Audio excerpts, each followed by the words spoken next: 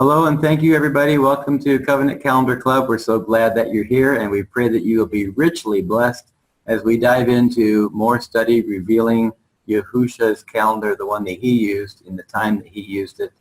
And we certainly want to be like him and do what he did and follow the blood ratified covenant. So we're going to begin by just shouting out to you and just give you a warm welcome, everybody. Let's say hello to everyone. Hello. All right. We're so glad that you're here. And with that, we're going to go ahead and get started with this evening's class. Okay, people. This is one of my favorite studies, one of my favorite PowerPoints. Charlene has helped me so much with this. We've worked together on this time in and time out. It's been rebuilt, redone many times. And I think there's a great message on it for you tonight. We're going to say some pretty strong statements tonight. Very strong statements.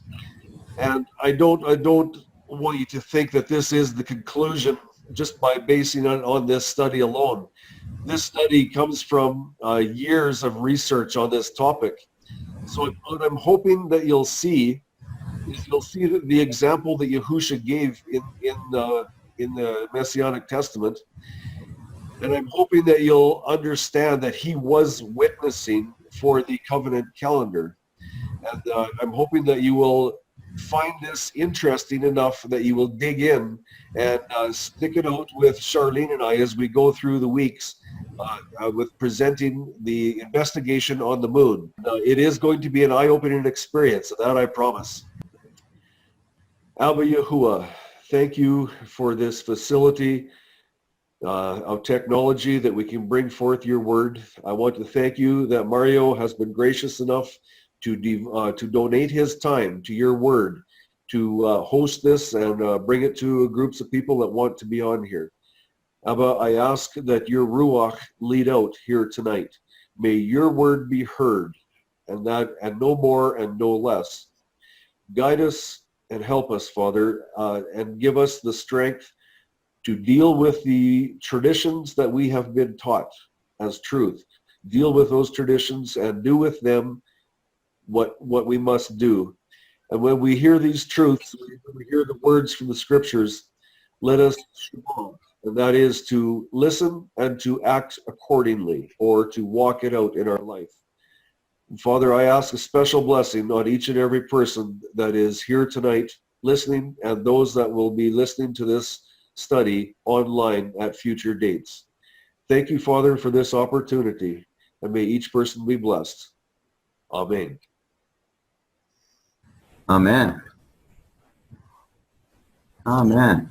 So for those of us, let's go ahead and mute our mics, and I guess we're going to hold our questions to the end. Is that, if I understood it right? Yeah, that's probably best. If there's a question that's really, really pertinent or like really need to know, then we can ask it. But for most part, it'd be best to let it go right through. Because what I find is a lot of the time when the questions are asked, if you go through and you hang on, if you go through the study, that question will be answered later on in the study. Okay. It breaks up the continuity when the questions are asked. Yes, and I think we have about 90 slides tonight, and I do believe all the slides are numbered. So if you have a question, just write down the number of that slide, and in the question and answer section, we can easily go back to that slide and pick up, just in case you can't remember what was there. So that's always an easy way to do it. Just have your pencil and your paper and just note that slide number. Okay, sounds good. I don't know if we'll always be able to see the number, but they're usually in the lower right-hand corner. Yes. Okay, Yahusha's contempt for the lunar-based calendar. Pretty strong statement. Let's have a look at it. What is the meaning of contempt? The feeling or attitude of regarding someone or something as inferior, base, or worthless. Scorn. Number 2. The state of being despised or dishonored was held in contempt by his former friends. Number 3, and listen to this one carefully. Open disrespect or willful disobedience of the authority of a court of law or legislative body. That number 3 says it all right there. Very, very important. So we're going to look at Yahusha's contempt for the lunar-based calendar. The appearance of the flower of this thistle is most beautiful. While the top surface portrays exquisite beauty, underneath the surface is a more rugged appearance. The deeper investigation reveals the location of the darker features. The thorns that destroy are in full abundance. They are an integral part of this plant. Pun intended. And for those that are not sure, I'm not really speaking about the plant that we see growing in the picture. This study will examine something very potentially destructive. Important. The blood-ratified covenant calendar of Yahuwah has 0 lunar connections. I'll say that again. The blood-ratified covenant calendar of Yahuwah has 0 lunar connections. It is not a lunar solar calendar.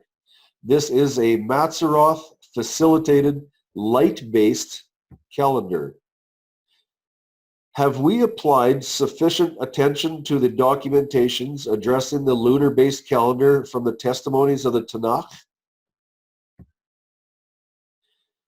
Are there witness texts within the scriptures that will give us a clear view of the celestial vs. lunar calendar controversy that we can connect with the life of Yahusha? Will the life of Yahusha on this earth reveal knowledge on this highly contentious subject? People have said to me so many times, well, if the calendar has a controversial, then how come Yahusha never said anything about it? Well, I'm here to tell you tonight what you're going to see, that he did tell us about it by walking it out, by living it out in his life. Was Yahusha in agreement with the timing of the Feast of the Yahudim? The book of John gives us a great place to begin. And after this, Yahusha was walking in Galilee, for he did not wish to walk in Yehuda, because the Yahudim were seeking to kill him. And the festival of the Yahudim was near, the festival of booths. And you note that I have the festival of the Yahudim emphasized.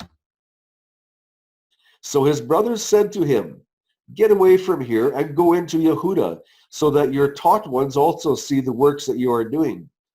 For no one acts in secret while he himself seeks to be known openly.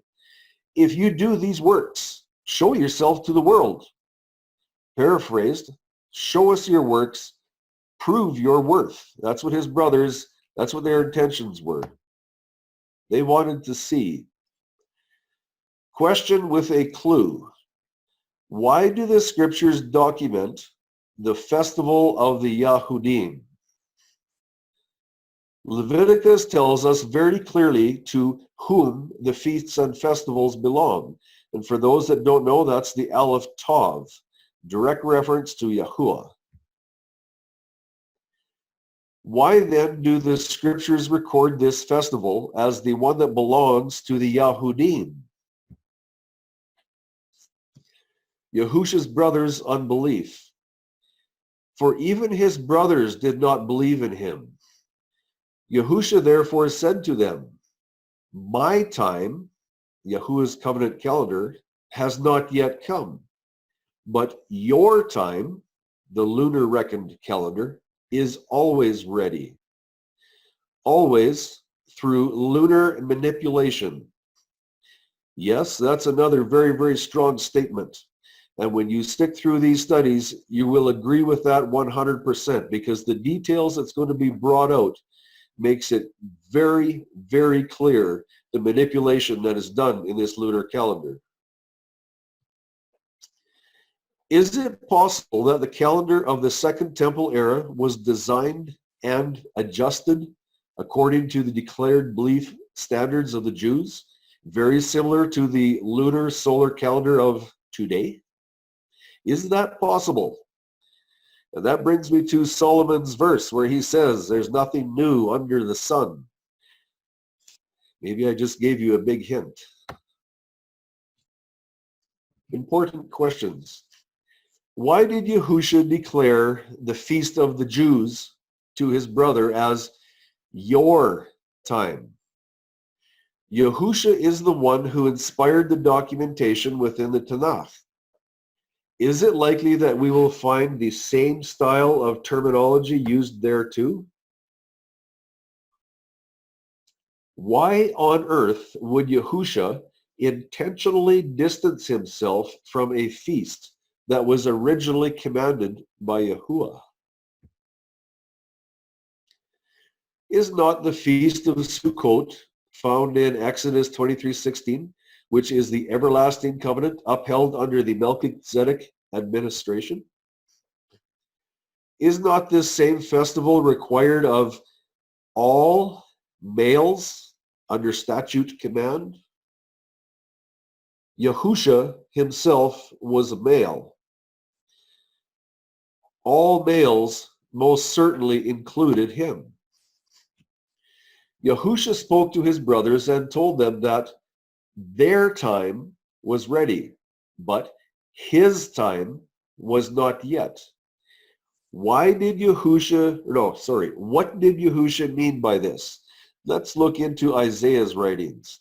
Isaiah 1:12. When you come to appear before me, who has required this from your hand, to trample my courtyards? Paraphrased, who has taught you to desecrate my principles? Verse 13. Stop bringing futile offerings, incense. It is an abomination to me. New moons, Sabbaths, the calling of meetings. I am unable to bear what? Unrighteousness and assembly. Note the direct connection from the new moons, the Sabbaths, and the calling of meetings. The inspired word calls them unrighteousness and assembly. What was it about these different Sabbaths and assemblies that Yahuwah emphatically despised? Verse 14. My being hates your new moons and your appointed times. They are a trouble to me. I am weary of bearing them. And when you spread out your hands, I hide my eyes from you. Even though you make many prayers, I do not hear. Your hands have become filled with blood. Wash yourselves, make yourselves clean. Put away the evil of your doings from before my eyes. Stop doing evil. It does not get more plain than that. What characteristic personalized their Sabbaths, assemblies, a new moon, and appointed times that was such a serious evil offense to Yahuwah?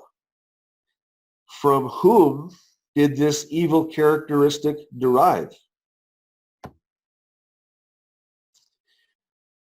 Amos 5:21. I have hated, I have despised your festivals, and I am not pleased with your assemblies. Tell me, please, were the Israelites observing feasts and festivals that were opposed to the commands within the everlasting covenant? Amos 8:9. And it shall be in that day, declares the Master Yahuwah, that I shall cause the sun to go down at noon, and shall darken darken the earth on the day of brightness, and shall turn your festivals into mourning, and all your songs into lamentation, and bring sackcloth on all loins, and baldness on every head, and shall make it like mourning for an only son, and its end like a day of bitterness. How about Malachi 2:3? What does he say? See, I shall rebuke your seed, and scatter dung before your faces. This next phrase is a shock to me.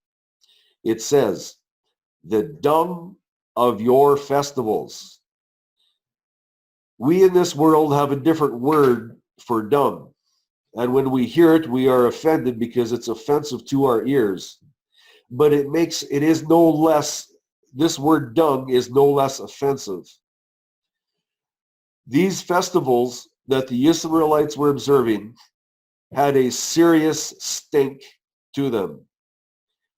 Yahuwah he despised them emphatically. What does he say? And you shall be taken away with it. Will we receive the message that there is something profoundly sinister about these events that Yahusha will have absolutely nothing to do with? Why does he pin these events on humans? Yahuwah did, after all, command his followers to observe the feast and festival assemblies.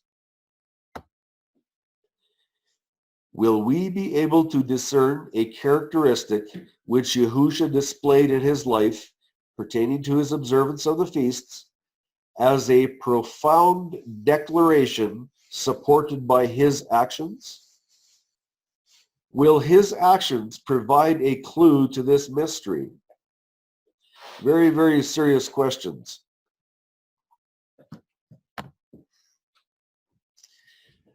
Back to Yahuwah's conversation with his brothers.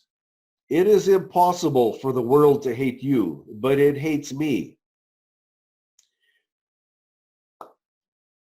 Did you read these next few words?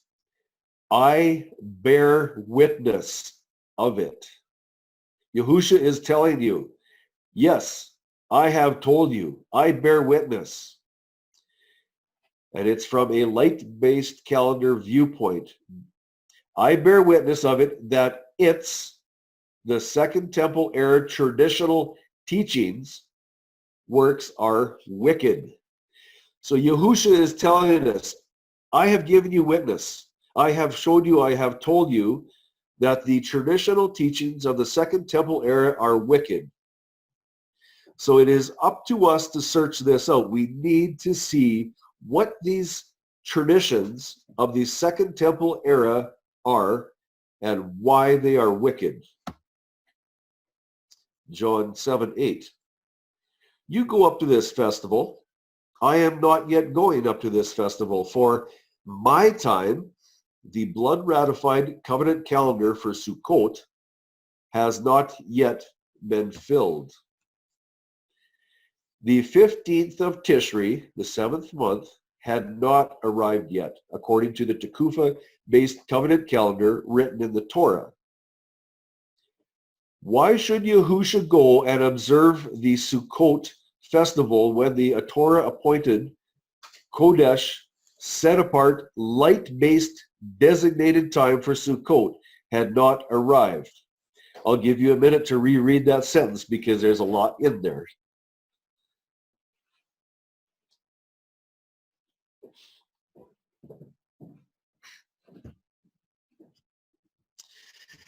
Yahusha witnesses?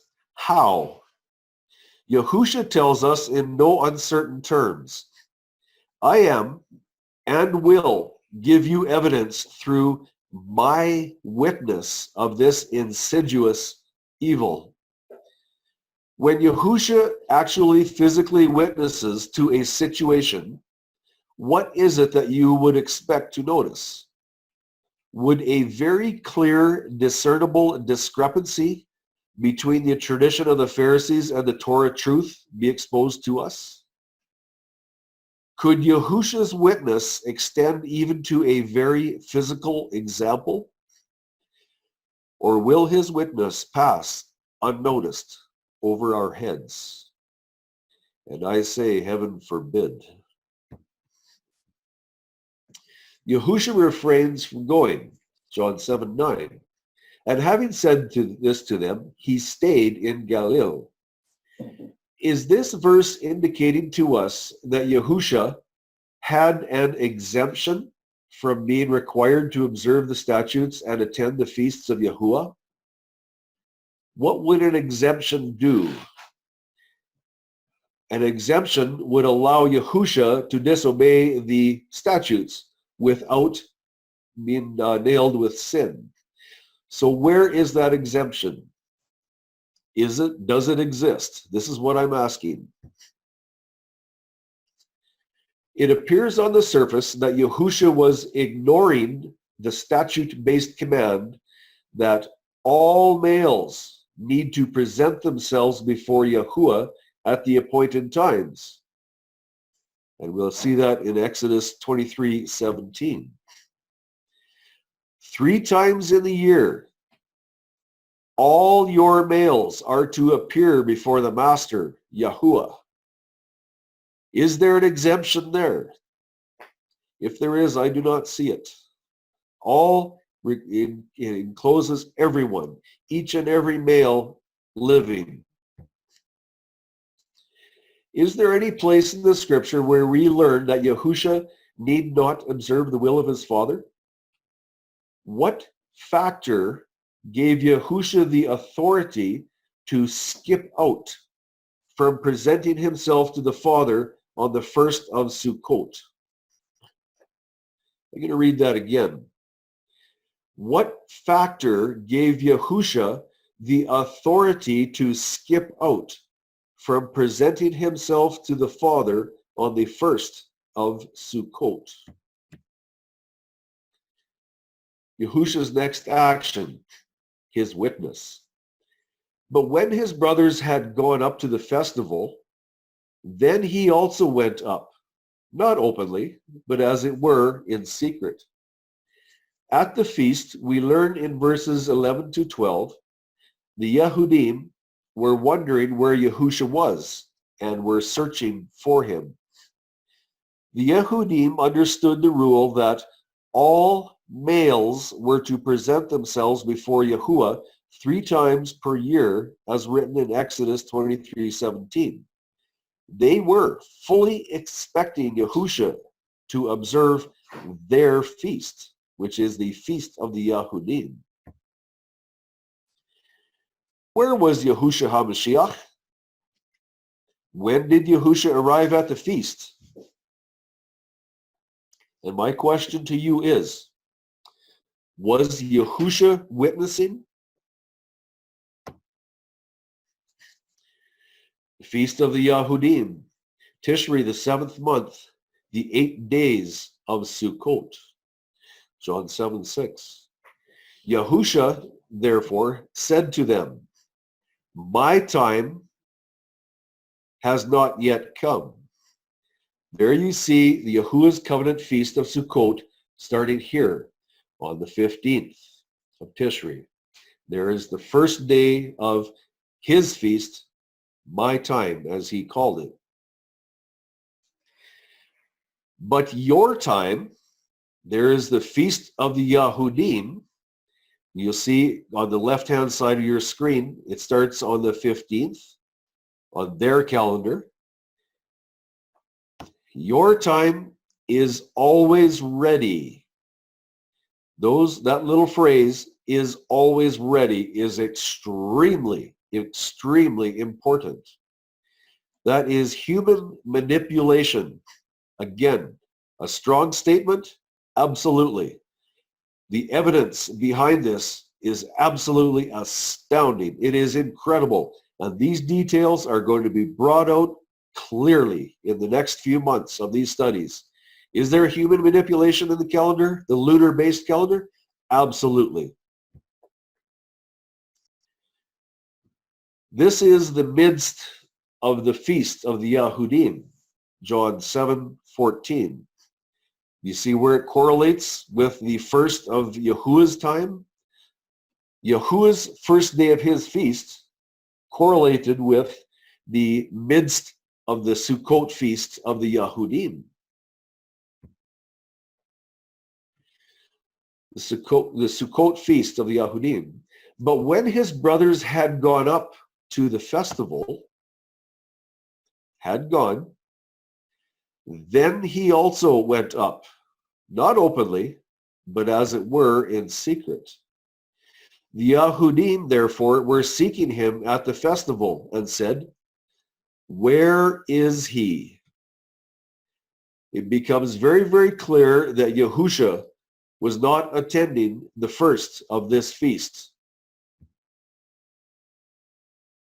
Yahusha, AWOL from Yahuwah's feast? To this date, there has not been a text found advising us that Yahusha was exempt from obeying Exodus 23:16 and 17. Could I have someone read these two verses for me, please? Exodus 23:16 and 23:17. Yes. And the festival of the harvest, the first fruits of your labors which you have sown in the field, and the festivals of the ingathering at the outgoing of the year, when you have gathered in the fruit of your labors from the field. 3 times in a year, all your males are to appear before the Master Yahuwah. What scriptural right did Yahusha have to be absent from the first Sabbath of Sukkot? Thank you for reading that, Mario. Again, I'm going to read this. What scriptural right did Yahusha have to be absent from the first Sabbath of Sukkot? Did Yahusha arrive late? And about the middle of the festival, Yahusha went up into the set-apart place, and he was teaching. What could possibly be Yahusha's reasoning for arriving in the middle of a festival? What scriptural calendar reckoning could Yahusha cite that would still reckon him sinless in alignment with Yahuwah's will and justify being absent for the first part of the Yahudim feasts? For those that question why I say sinless, because when you break a statute, Yahuwah considers that as a sin. That is a very definite strike against you. So if Yahusha did not observe the festivals according to the statutes, he has a big problem. Yahusha arrives late, but right on time. Yahusha therefore said to them, "My time has not yet come, but your time is always ready." How can it always be ready? What does he mean by always ready? That comes in that manipulation again.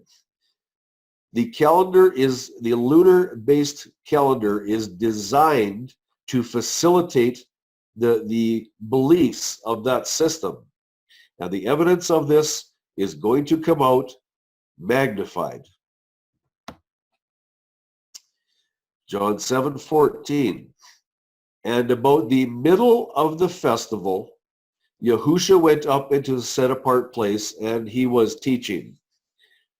So what could Yahusha call on for an exemption for the first 3 days of not showing up, of not presenting himself to the Father?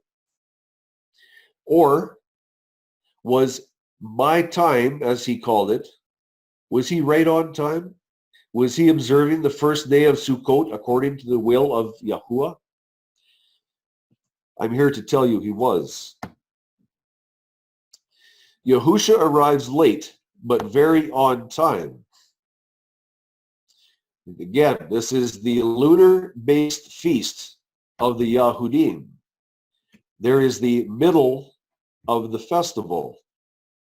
And about the middle of the festival, Yahusha went up into the set-apart place and he was teaching. What legal right does Yahusha HaMashiach claim from the scriptures that legally allowed him to miss out on the first part of Sukkot and not break the statutes of Exodus 23:17?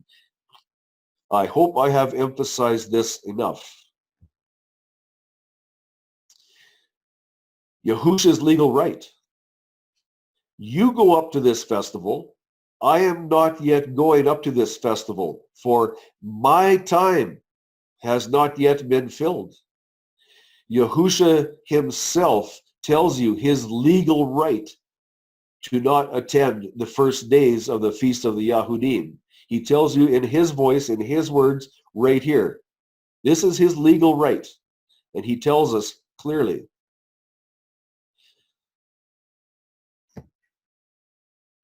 Where do we find Yahusha's time?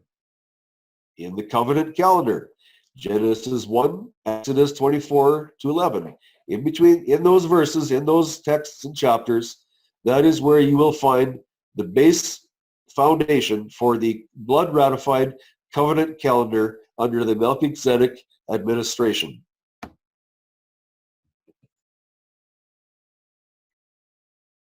Melchizedek witness or lunar confusion. Some say Sukkot starts here. Some say Sukkot starts here. I say it starts according to the Matzeroth. Some want me to believe it's based on the moon. And I have a sliver moon pictured here, but this applies to all phases of the moon, or conjunction, or either quarters or full moon, whatever phase it is.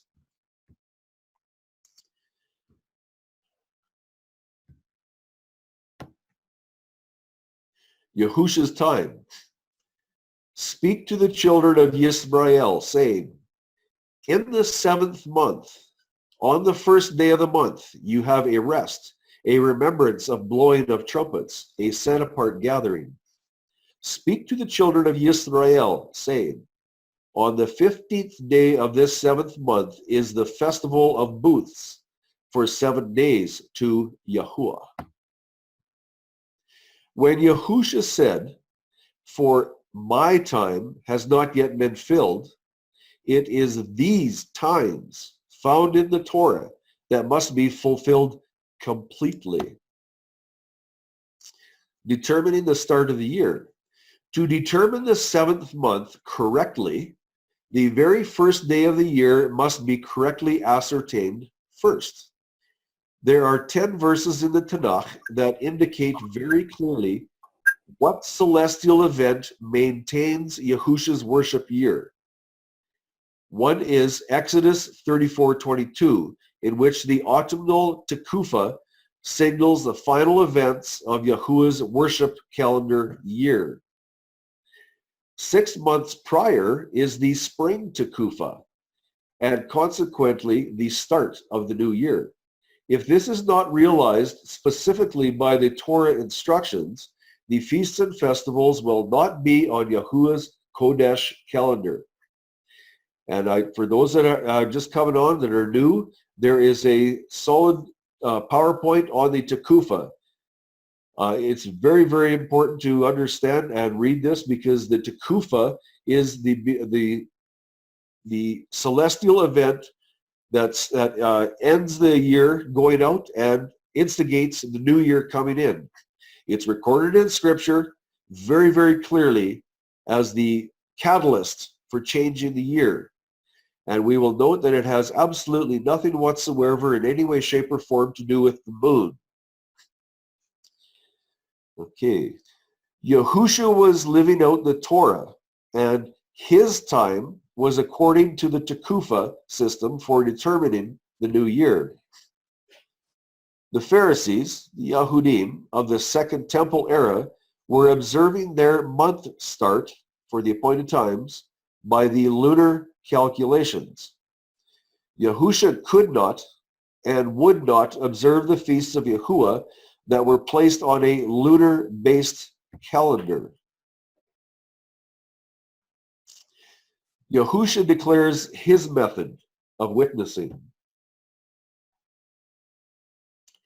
Yahusha answered them, I have told you, and you do not believe. The works that I do in my Father's name, they bear witness concerning me. I'm going to back this up and I'm going to go over this verse again because this is vital.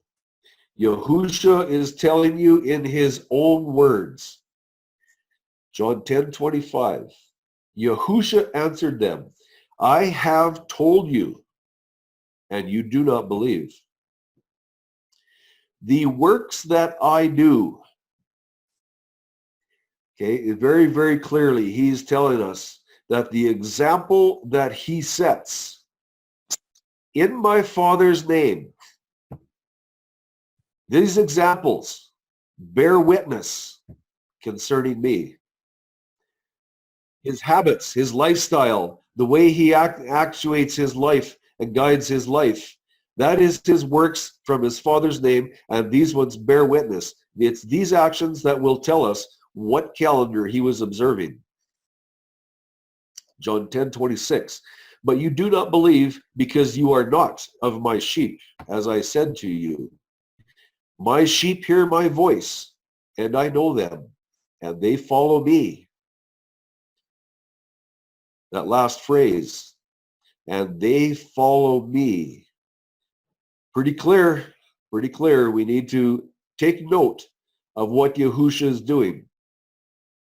When he stood up and set his foot forward in opposition to the leaders of the Yahudim, we need to pay attention because that is his works, that is his witness.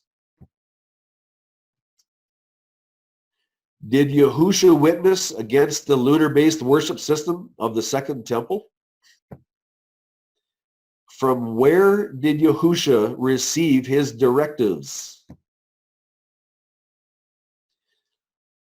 There's the name of your creator, Yod-He-Vav-He, or Yahuwah. Yahusha received his directives from Yahuwah. Yahusha, a witness for Yahuwah. How can we know that Yahusha is testifying for Yahuwah's will? Yahusha was teaching the people and they were amazed at the depth of understanding being delivered to them. What was his response to their inquiry of where he received his knowledge? John 7:16. Yahusha answered them and said, my teaching is not mine, but his who sent me. Can we verify this from the Torah?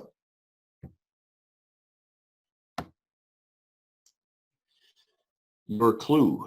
Yahuwah speaks to Moshe. Deuteronomy 18:18. And note once more, this is from the Torah.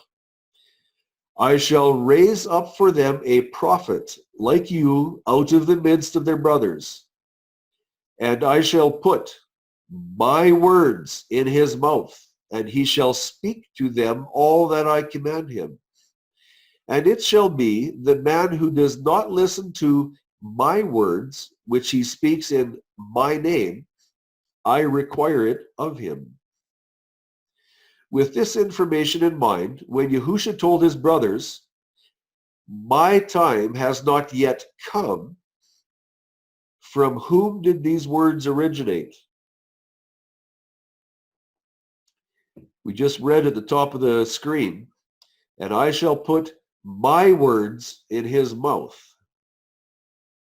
Pretty good connection there.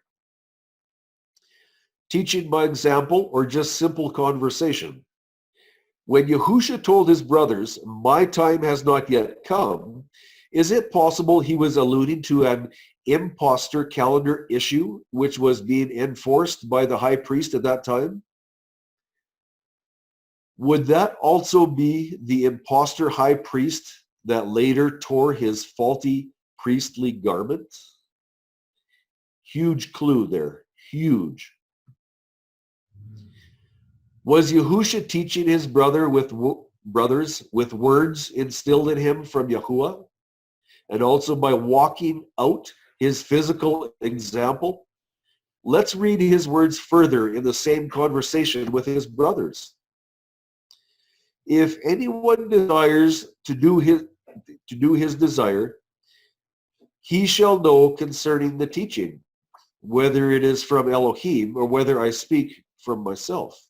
He who speaks from himself is seeking his own esteem, but he who seeks the esteem of the one who sent him is true, and no unrighteousness is in him. Yahusha's example. And beginning at Moshe, that's the Torah, and all the prophets, he was explaining to them in all the scriptures the matters concerning himself. Yahusha tells us, John 7:17, if we truly desire to know his ways, we will be given that understanding. So if we are truly desiring to be on the correct worship calendar of Yahuwah, would it be appropriate to search the Torah for information exposing my time? And you'll notice that verse again. And beginning at Moshe and all the prophets, he was explaining to them in all the scriptures the matters concerning himself. His example, his witness, was go back to the Torah. Go back to the written word of Moshe. That is where the foundation is. That's where we need to start. Isaiah has told us 7 times, if we want to know the ending, we have to understand the beginning. And if we go to the ending and we try to explain the middle of the Bible, we're going to end up with confusion. We got to go back to the Torah as the example of Yahusha. Go back to the Torah and start at the Torah. Should we just accept the rabbinical lunar solar calendar named the Hebraic calendar, which is formulated and promoted by Judaism today? And I have a very difficult time with this title, the Hebraic calendar, because this is not the covenant calendar of the Hebrews that Yahusha wished them to be on. This Hebraic calendar, and the reason why I have it with, I lost my name of those not italics, but those marks. The reason why it's emphasized is because this is not the real Hebraic calendar. This is an impostor, much the same as the priest that tore his garment. Yahusha's hammer. Did not Moshe give you the Torah? Yet not one of you does the Torah. Why do you seek to kill me? How can Yahusha say that they were not doing the Torah? They were observing, okay, we're talking about the timing right now. This is the context we're in. They were observing the feasts and the festivals, but yet he told them, as per timing, not one of you does the Torah. Does is an action word, not a belief value. Physical steps must be taken to fulfill this word. What physical action were the Pharisees either innocently or intentionally going afoul with by observing their feasts, the feasts of the Yahudim? Read also Matthew 5:20. Is there anybody that could look this up and read this for me? I'll finish this page or this screen, and then I would like somebody to read Matthew 5:20 for me. I'll finish this page. What is it that we need to be doing that exceeds that of the scribes and Pharisees? Declaration from Yahusha should send red flags blazing into the sky before our eyes. Could someone please read Matthew 5:20 for me? I'll do it. Thank you. For I say to you that unless your righteousness exceeds that of the scribes and Pharisees, you shall by no means enter into the reign of the Shamayim. Thank you. Thank you very much. Yahusha just told us that we must do better than what the scribes and the Pharisees were doing. We need to be on a different program, on a different scale, closer to Yahuwah and without breaking the statutes. We have to exceed what they were doing at that time. Interestingly enough, the lunar-based calendar that was so prolific today is the same lunar-based calendar that was at that time. And Yahusha is telling us we need to do better. The key of knowledge removed. Woe to you, learned in the Torah, because you took away the key of knowledge. You did not enter in yourselves, and those who were entering in, you hindered. How did they hinder them? Link reminder.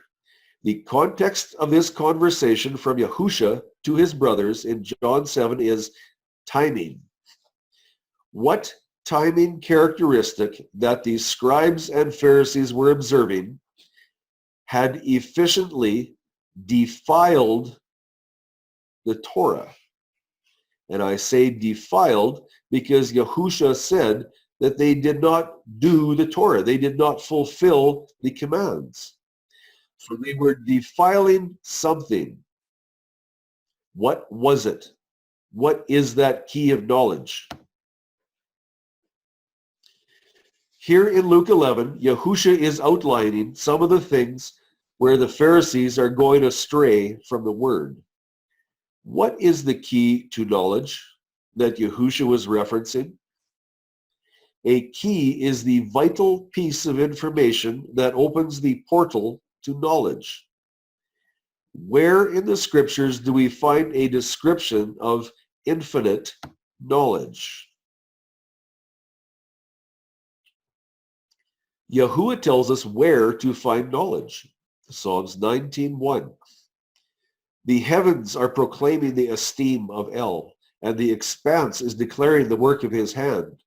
Day to day pours forth speech, and night to night reveals knowledge. What is it? It's the Matzaroth. There is no speech, and there are no words. Their voice is not heard. Their line has gone out through all the earth, and their words to the end of the world. In them he set up a tent for the sun.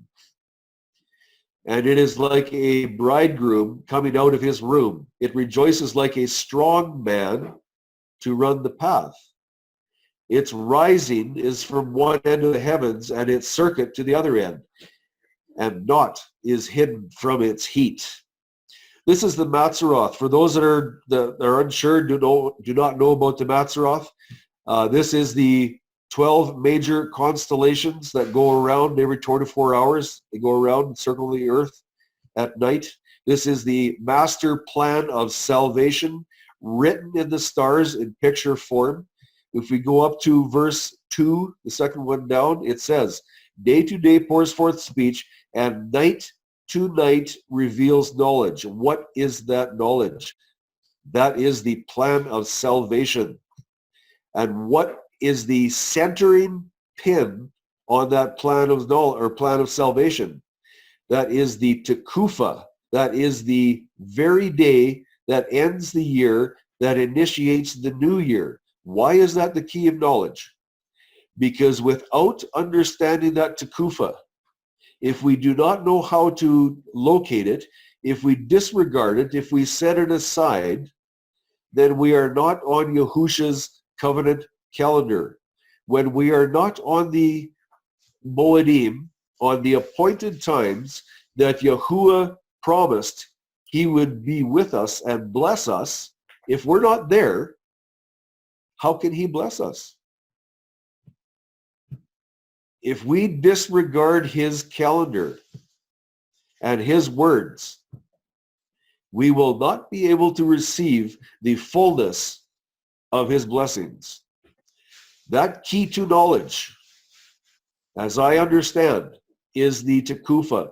That is the centering pin that sets us on the schedule with Yahuwah, on his Moedim, as he promised on his times.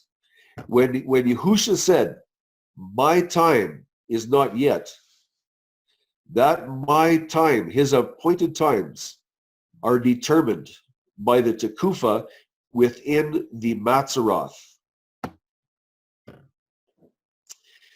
What knowledge are we searching for? The Matzaroth contains the full, accurate outline in detail of this knowledge, the complete plan of salvation. And you'll find many references to the Matzaroth in the book of Job.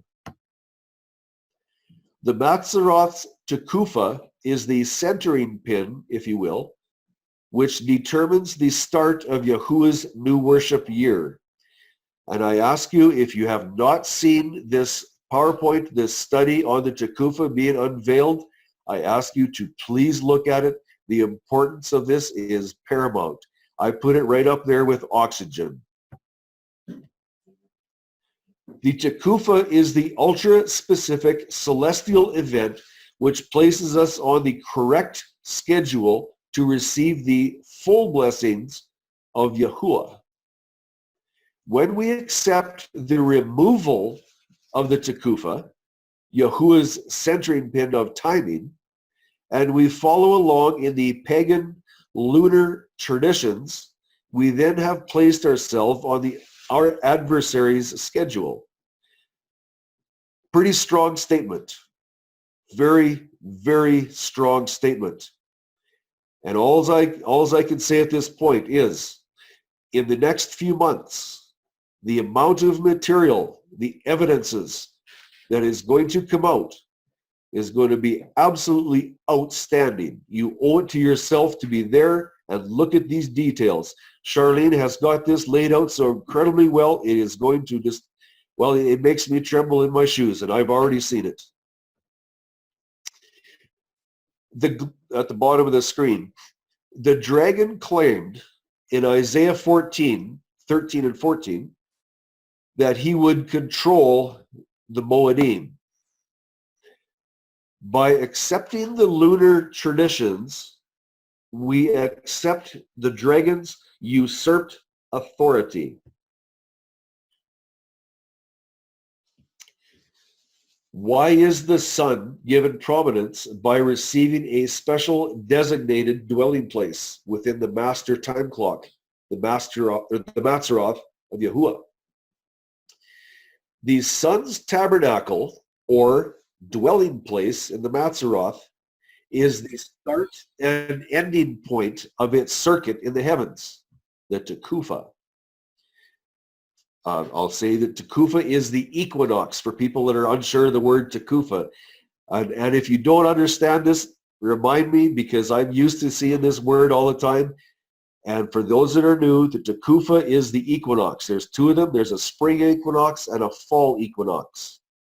The Hebrew word is Tekufa. And we have a lot of information on that too. We have been taught that the moon is the guiding light to start the worship year to Yahuwah. Why then is there no mention of this supposed all-important figure in the Matzaroth, which is the ultimate, eternal master time clock of Yahuwah? No moon. Why? Is it possible that the wool has been pulled over our eyes? Again?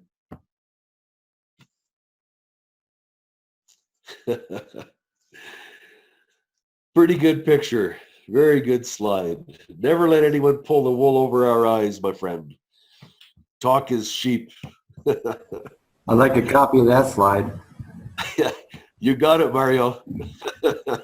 Yeah, while I have just a second to interrupt you, I want to let people know that some of the teachings that you're mentioning, the PDFs, are in the weekly email. Takufa is one of them. It's under the Covenant Calendar, the first series, so they can be downloaded right from that email. Thank you, Mario. I appreciate that. Mhm. So, nobody's going to pull wool over your eyes, I hope. That's funny.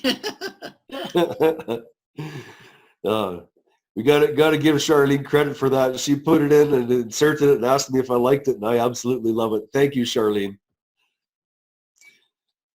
The Mazzaroth constellations, infinite knowledge. Here's the samples in Job of the Mazzaroth.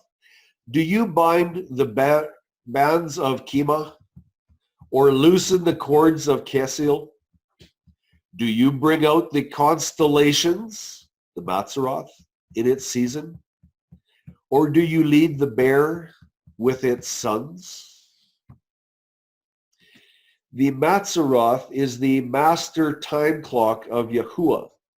He used this system of determining time at the start of the Hebrew nation. See Genesis 17, 18, and 21, verse 2. Yahuwah does not change. Yes, this Mazzaroth-based system was right from the very first day of creation. I am just pointing out that the birth of Isaac was timed by the Mazzaroth. Very interesting stuff. The exodus of the Israelites from Mitzrayim was timed by the appointed times, which is governed by the Mazzaroth. The entire plan of salvation within the Mazzaroth constellations is written in the sky every 24 hours. These constellations up in the sky tell in skeleton form, they tell the complete plan of salvation right from Genesis 1 to Revelation 22. You don't need a language. You don't need to be able to speak. You don't need to be able to hear. If you can see the stars, you can get the entire plan of salvation. It's that profound. It is the first witness in the sky. It is the top one. And I say that because the adversary cannot tamper with it. Yes, he has taken the names and tried to hide them. And he has tried to give the stars different meanings. But the truth has been recorded. If you ever get a chance to read Witness of the Stars, that is an incredible, incredible good place to start to learn about the Mazzaroth. I highly recommend it. Keys to knowledge, the Mazzaroth's rulership. Immediately after Job writes about the Mazzaroth in verses 31 and 32, he asks, knowest thou the ordinances of heaven? Canst thou set the dominion thereof in the earth? KJV. Do you know the laws of the heavens? Or do you set their rule over the earth? I'm going to back that up one more time. Or do you set their rule over the earth? What rules the earth? The Mazzaroth is the granddaddy official stopwatch of Yahuwah. It is that system that he guides this earth and judges this earth by timing. The Mazzaroth is where it's at. No mention of the moon. I'm sorry. It's not there. Job references the Mazzaroth, then within a question clearly indicates of their commission for dominion over the earth. What dominion? The Mazzaroth has absolute governing control as the commissioned time clock of Yahuwah over eternity. Immediately after Job writes about the Mazzaroth, I already read this one. Yeah, I must have this slide twice. We'll have to remember that. Job identifies the light of the moon. I'm going to back that up for a little bit of emphasis here. Go over this one more time. Job identifies the light of the moon. See, even the moon does not shine, and the stars have not been flawless in his eyes. The moon does not have light. A celestial position comparison. The scriptures, Psalms 19:14, inform us that the sun has been given a designated permanent residence within the Mazzaroth. It is an ohel, a dwelling place. What physical position, in a spiritual sense, has been given to the moon in the final days of this earth? And a great sign was seen in the heaven, a woman clad with the sun, the moon under her feet, and on her head a crown of 12 stars. Interesting that the sun is given a special permanent residence within the Mazzaroth. And yet the moon has been shown as under the feet of the bride of Yahuwah at the end of time. To the bride of Yahusha, I should say.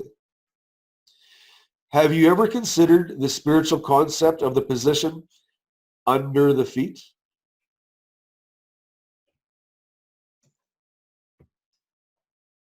Is it a position of authority? Is it a solid platform for a truthful belief system as we have been coerced into accepting without questioning it?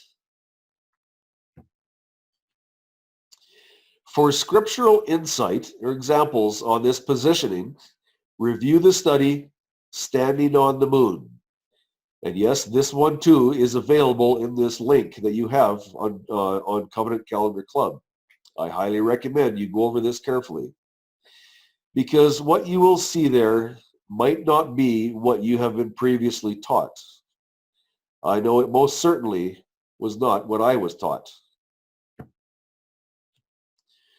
Mazzaroth constellations, 12. There are 12 Mazzaroth constellations that expose the full and complete plan of salvation in the sky.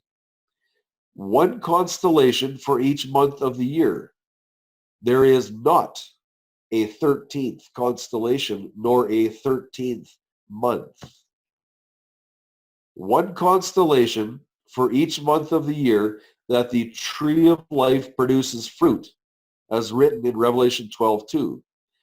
Revelation tells us that there are 12 fruits. Let's read it carefully. In the midst of the street of it, and on either side of the river, was there the tree of life, which bare 12 manner of fruits, and yield her fruit every month. And the leaves of the tree were for the healing of the nations. You'll notice very clearly that there is no mention of a 13th month. Why do I say a 13th month? Because that is the base foundation of your lunar-based calendars. They must have a 13th month to readjust them to the calendar. The scripture does not support that whatsoever in any way, shape, or form. Once again, the evidence that you're going to see is going to just be outstanding on that statement.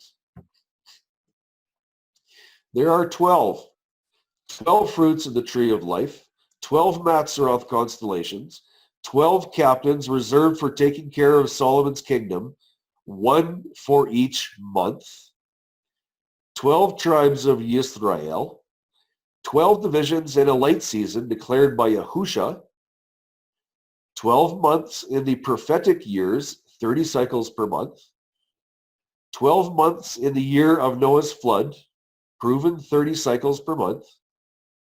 12 months in the year that Joshua entered Canaan. 12 months in the year that Yahusha stood up to speak on that last great day of Sukkot. And 12 months in the year of Yahusha's ultimate sacrifice. And if this slide was longer, you would see more 12s, because there are more 12s in the scriptures. Question. Where is a 13th month with a second witness as required by Yahuwah? Where? It does not exist in the scriptures. Oh yes, by manipulation you can find one, but Yahuwah does not give, or it does not have a second witness. And it is a confused interpretation to manipulate the story for a 13th month. A 13th month does not exist in the scriptures. Is it possible that Yahusha arrived at the Feast of Sukkot in the middle of the celebration because he was observing Sukkot according to his father Yahuwah's will? Is this what Yahusha meant when he said to his brothers, "My time has not yet been filled"? Was Yahusha operating on a calendar other than the Metonic cycle, which had become enforced after the death of Hezekiah? For those that do not understand what the Metonic cycle is, that is the 29.5-day lunar month, which is said to have been discovered by a Greek man named Meton. That was just after the death of Hezekiah. That is when the lunar calendar came into fruition, became enforced, and was adopted by the Second Temple era in the Hasmonean period, just prior to Yahusha living on this earth. So the Pharisees and the Sadducees were operating under this lunar-based Metonic cycle. This is the calendar that Yahusha had severe problems with. This is the calendar, the lunar-based calendar, that Yahusha had utter contempt for, and he witnessed clearly against it. Is the Metonic cycle the same lunar-based calendar that is recorded by the Zadokite priests of Qumran, the one they so vehemently abhorred because it had insidiously crept into the Second Temple era worship traditions? Is this lunar-based calendar one of the reasons why the Essenes of Qumran abandoned the tabernacle for their seclusion from evil traditions, and also the impostor leadership derived from the Hasmonean period leading into the Second Temple era? If you read about the Zadokite priests of Qumran, they emphatically and adamantly despise this lunar-based calendar that had crept into the tabernacle hierarchy and proceedings. It is documented very, very well. Interesting that John the Baptist was in Qumran learning from these Zadokite priests. John the Baptist kept the calendar, the covenant calendar of Yahuwah. What about a second witness from Yahusha? Here we are. Yahusha is 12 years old. His earthly parents take him to the Passover. Please note very carefully the wording of this next text.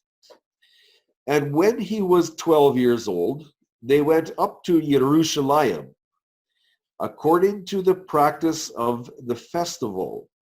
Please pay attention to the words. Have you ever questioned why the scripture tells us it was according to the practice of the festival instead of saying according to the Torah? Have you ever questioned that?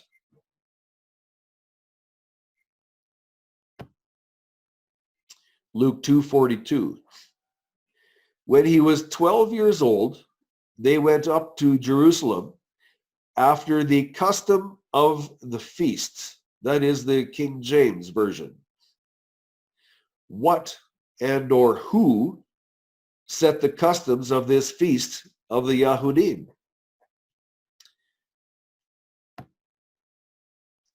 Customs of the feast. A mistake in translation?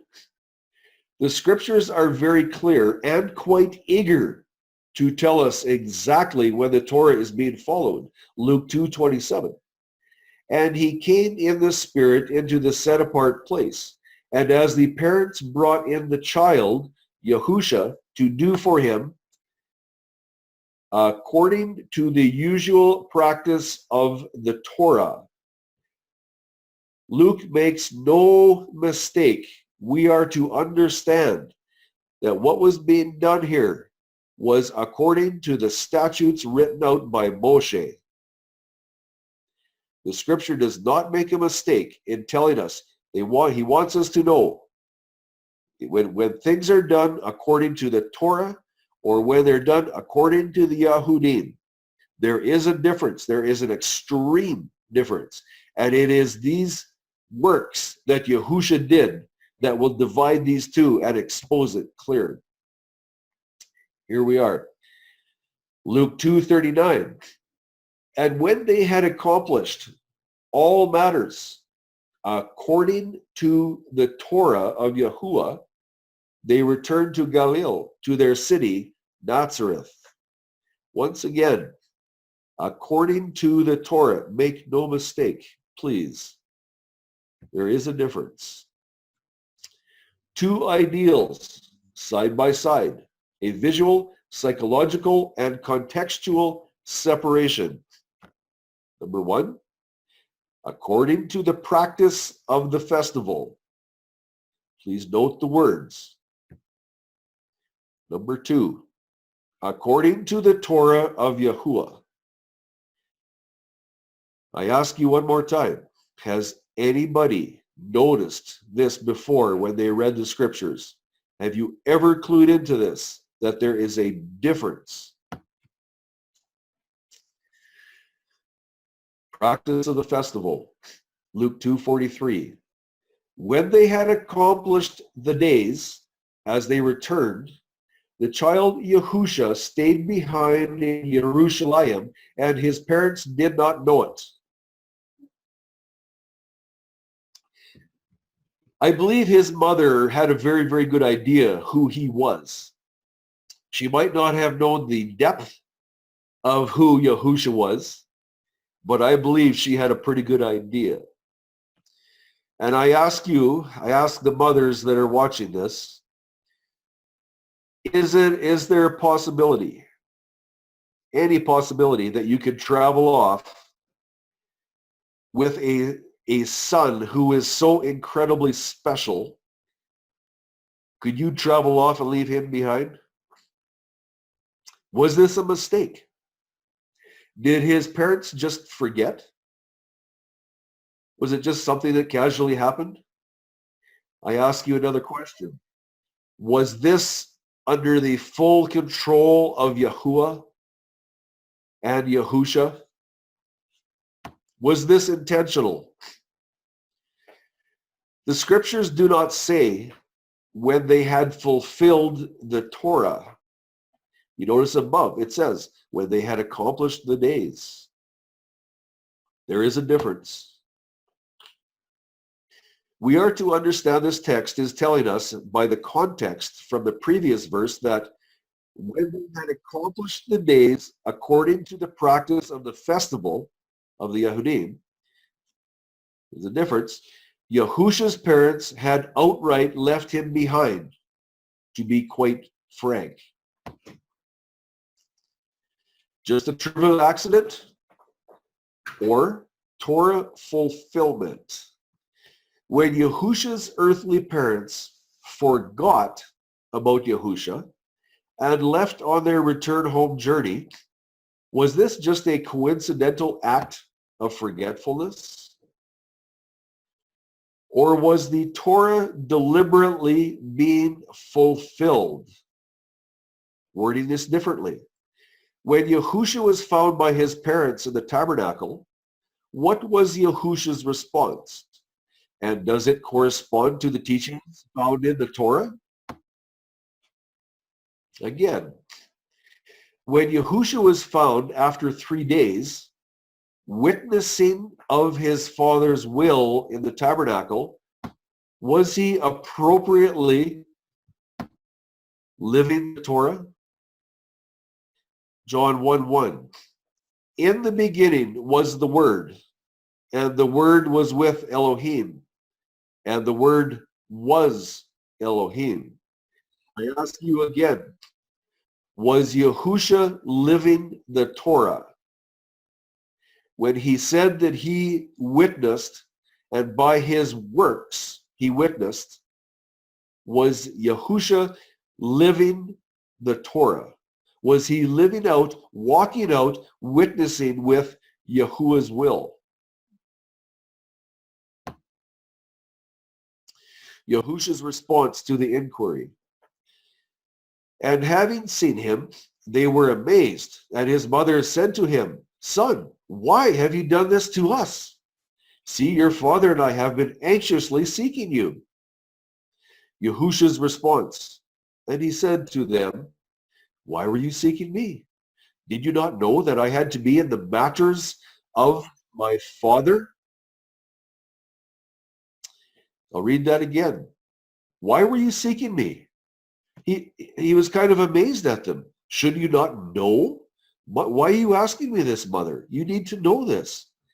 Did you not know that I had to be in the matters of my Father? Mark those words. The matters of the Father. 3 times in the year you are to observe a festival to me. Guard the festival of unleavened bread. 7 days you eat unleavened bread, as I commanded you, at the time appointed in the month of Abib. For in it you came out of Mitzrayim, and do not appear before me empty-handed. And the festival of the harvest, the first fruits of your labors which you have sown in the field, and the festival of the ingathering at the outgoing of the year, when you have gathered in the fruit of your labors from the field. 3 times in the year, all your males are to appear before the Master Yahuwah. There is no exception there. Yahusha attended the festival of the Yahudim, entering in the middle of the Feast of Sukkot in John 7. Note the fearful implication of Yahusha arriving at the middle of the Feast of Sukkot. Yahusha would have failed to present himself to Yahuwah during the first of the feast and be in attendance at the tabernacle in accordance with the statutes of Exodus 23, 15-17, Deuteronomy 16, 2, 5, 6, 11, and 16. These are what would have been broken by Yahusha had he not attended the first of the feast of his time, of his father's time, on his father's covenant calendar. Failure to observe statutes is always a sin. What on earth was Yahusha thinking? The questions we then need to ask ourselves are, by not observing the first Sabbath of the Feast of the Yahudim, did Yahusha incur a sin upon himself?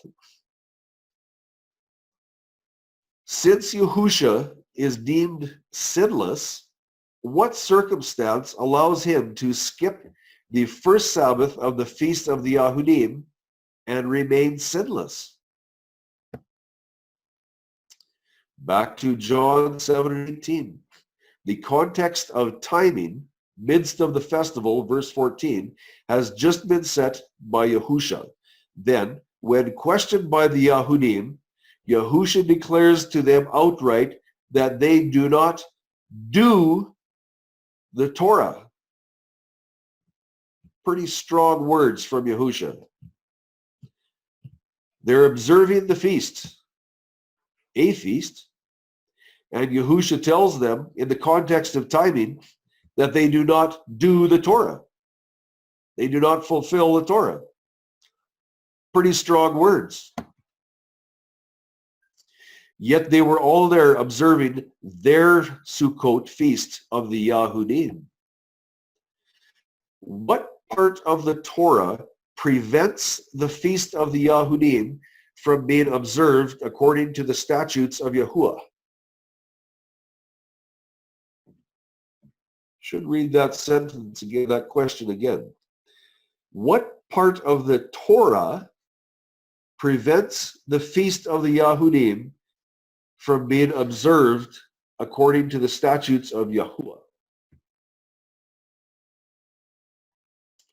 What on earth is this situation? According to Yahusha, there is a circumstance which inevitably prevents the Yahudim from observing the Torah correctly. Does this same optional tradition also effectively exclude Yahusha from Yahuwah's wrath when he began attending at the middle of their feast? Remember, this is an optional tradition on earth. Again, tradition. Does this same voluntary circumstance of tradition effectively exclude Yahusha from having incurred sin by entering at the middle of their feast? When I got this big box up there with tradition, that tradition has removed the Tekufa, the equinox, the start of Yahuwah's year, and has inserted the lunar-based belief of looking to the moon to determine times.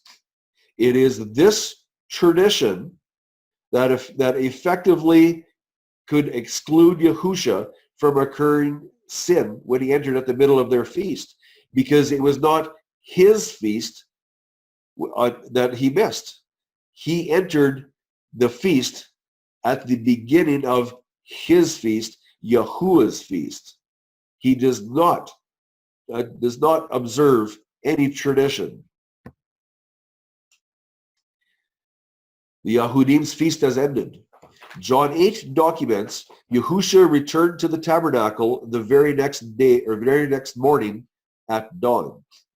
It was a seventh-day Sabbath on the 23rd of the month, the day after the festival of the Yahudim was over, and he continued to teach.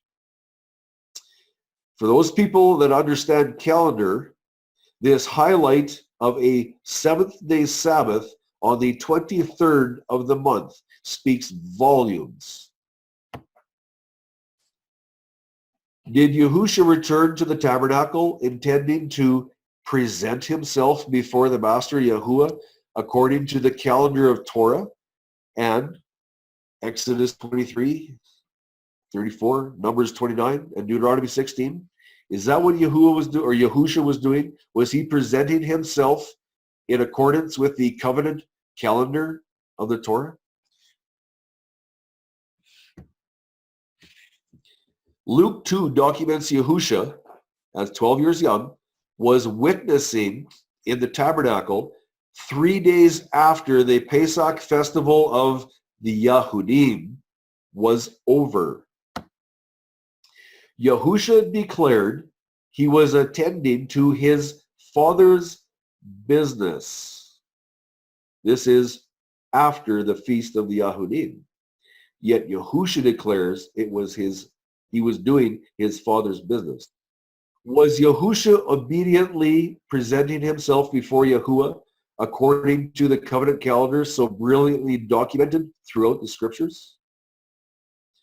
Yahusha's contention. Was Yahusha in agreement with the Metonic cycle, the lunar solar calendar of the impostor Second Temple hierarchy? Or have the scriptures efficiently exposed an obvious difference in observing the Moedim between the Yahudim and Yahusha. Recall slide 61. The voluntary tradition, that is the lunar-based calendar, that is which creates the circumstance which removes Yahusha from being held accountable by the feast of the Yahudim. Why? Because that feast of the Yahudim was not on the calendar, the blood-ratified covenant calendar as given to Moshe at Sinai, signed and sealed. The feast of the Yahudim were not on that calendar. They were on their own traditional calendar. This voluntary tradition, the lunar-based system, is what prevents the Yahudim from observing the Torah. When Yahuwah and Yahusha said, you do not do the Torah, or not, no, I should say, none of you does the Torah. When he told these Pharisees that, he was alluding directly to the lunar-based calendar because the context was timing. He told them, your system, your calendar is faulty. You do not observe or fulfill the statutes of the Torah. You do not do the Torah. And he was directly speaking, opposing the lunar-based calendar. There it is. Yet not one of you does the Torah. Man, those are strong, strong words. Why was Yahusha not conforming to the lunar solar calendar of the Second Temple era? Would there be any connection to the destruction of Jericho, the very center of moon worship?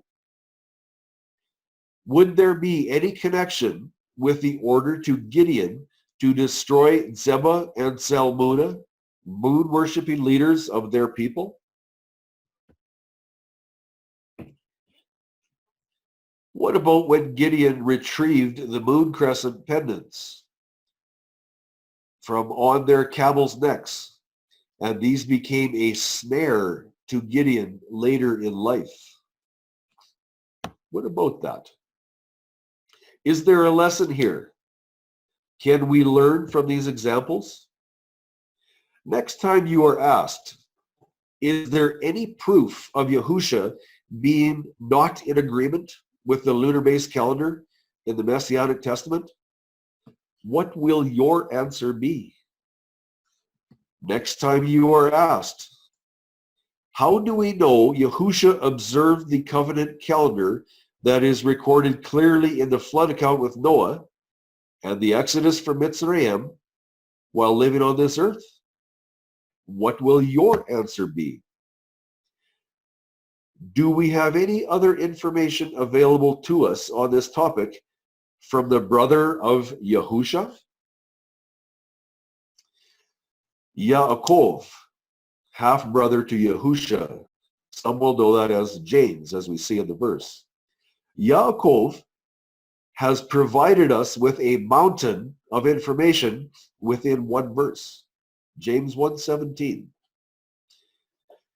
This was pointed out to me one day. I was having a Bible study with my sister, and we were sitting there reading the scriptures, and she brought this verse to me. She says, what about this verse? And I had read it several times, but it didn't click. And Yahuwah brought her to my place to study, to point this verse out to me. Because when I read it, the hair stood up on the back of my neck, and my heart started to race. I'm going to read you this verse. Every good gift and every perfect gift is from above, coming down from the Father of lights, with whom there is no change, nor shadow of turning. Question, does the moon cast forth its own light? No. What lights could this verse possibly be pointing to? What about Genesis 1:16? There we read that Yahuwah made two great lights. Now I gotta go back to this verse, nor shadow of turning. This word, oh man, I forget the word. It's used once in the scriptures, and it points to the very specific celestial event of the Tekufa. It points directly towards that. James is telling us, this is long after the death of Yahusha. He says that Yahuwah does not change, and he recognized that they observed the Tekufa Mazzaroth-based calendar, or the light-based calendar, previously, all through history, right from creation, and he tells us there is no shadow of turning, nothing changes. That shadow on a properly installed time clock, that shadow will draw a straight line, perfectly straight, when it goes over on the Tekufa, on the equinox. On either day, on either side of the Tekufa, the equinox, that shadow will have an arc. That shadow will turn. So James is telling you very, very clearly the very system of determining time. Yahuwah does not change, and he declares it as the Mazzaroth-based calendar, the light-based calendar of Yahuwah. Okay, I'm going to go back to the bottom sentence here again. No. What lights could this verse possibly be pointing to? What about Genesis 1:16? There we read that Yahuwah made two great lights. As the moon does not have its own light, but only reflects the light of the sun, how can it be said that the moon is referenced here as one of the two great lights, or the lesser of the two great lights? The moon does not have light. I don't know how many eclipses you have watched, total eclipses, but I have watched total eclipses. When the light is cut off from the moon, there is no other light that comes from it. It is nothing but darkness. What are the two great lights? According to the Tekufa, initiating the beginning of the new year, there are two great lights which actuate this event. The original Hebrew language declares the Tekufa as being the year end. These two are the Mazzaroth light, that is the knowledge from the constellations, and number two, the position of the sun light, that is timing, within the Mazzaroth. These are your two great lights that are spoken of in Genesis 1:14. These are the two great lights. It is from the earth that we are to observe the light of the sun, recording its location within the light of the Mazzaroth constellations. How was this measured in ancient times? By a sundial. Does the moon cast a shadow of its own light on the earth, causing a shadow from its own light without any assistance from the sun?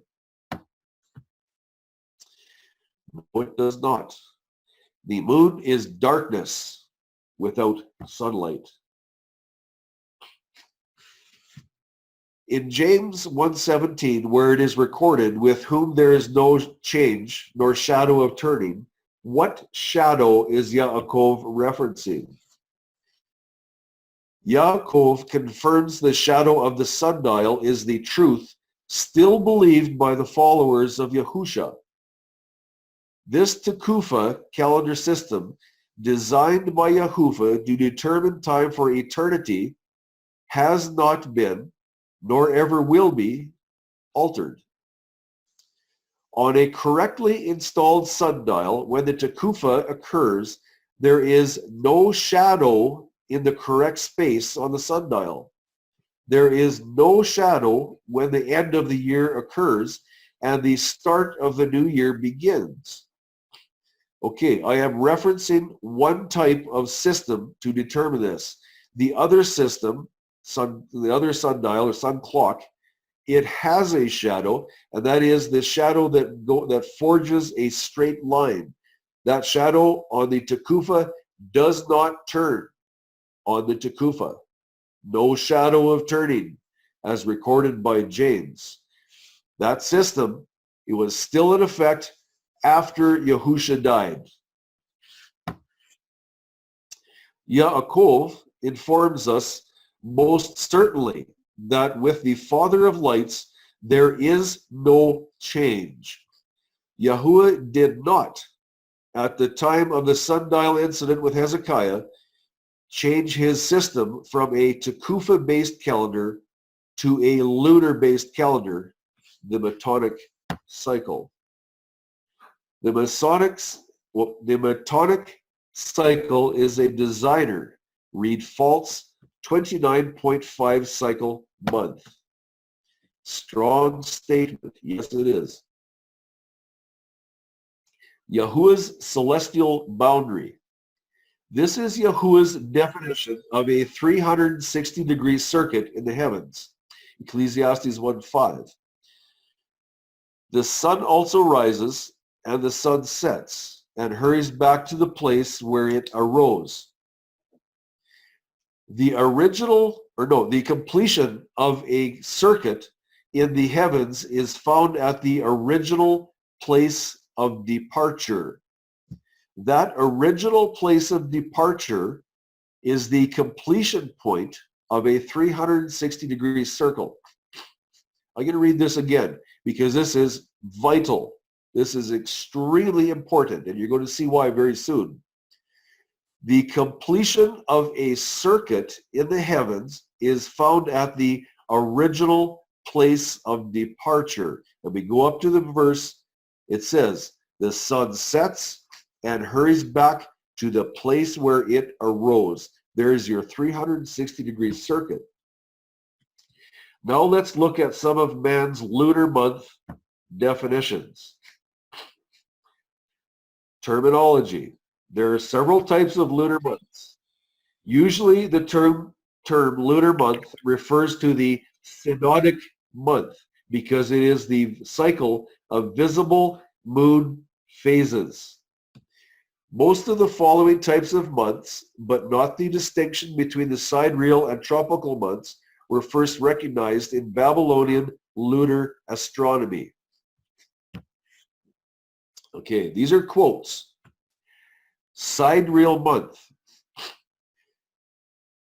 The period of the moon's orbit as defined with respect to the celestial sphere of the fixed stars, nowadays the International Celestial Reference Frame, is known as a sidereal month.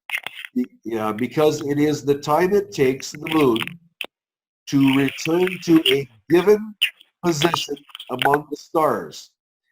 Now, please note in the blue the time it takes for a moon to complete the sidereal month. It takes 27 days, 7 hours, 43 minutes, and 11.5 seconds. That is rounded off to 28 days. That is your true moon's orbit, your lunation, I should say. That is a 360-degree lunation of the moon, just under 28 days.